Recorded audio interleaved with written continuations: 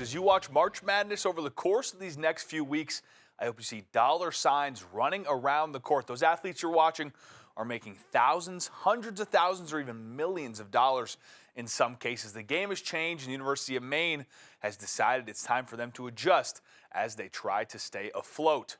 That's why they've decided to opt into paying their student athletes in hopes it will bring success between the lines as well as within the local economy. Now, there's a lot to unpack here, but the main reason for opting in is to have the ability to pay players directly, which in return will allow them to compete not only in recruiting but also retaining players who may get financial offers from other schools in the transfer portal.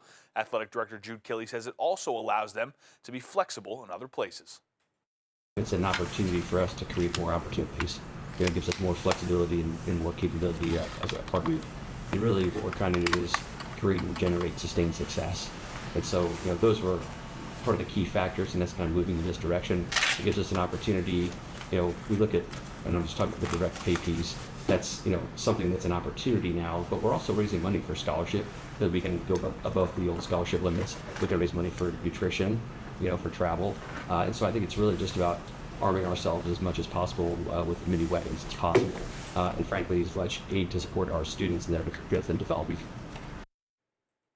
Now, in today's day and age, some may hear University of Maine paying players and become upset due to financial cuts and restraints around the university.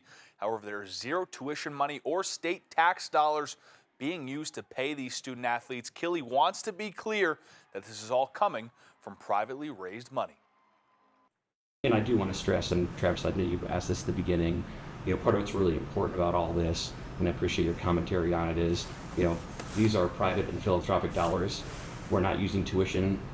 These aren't state-funded dollars, and not taxpayer dollars.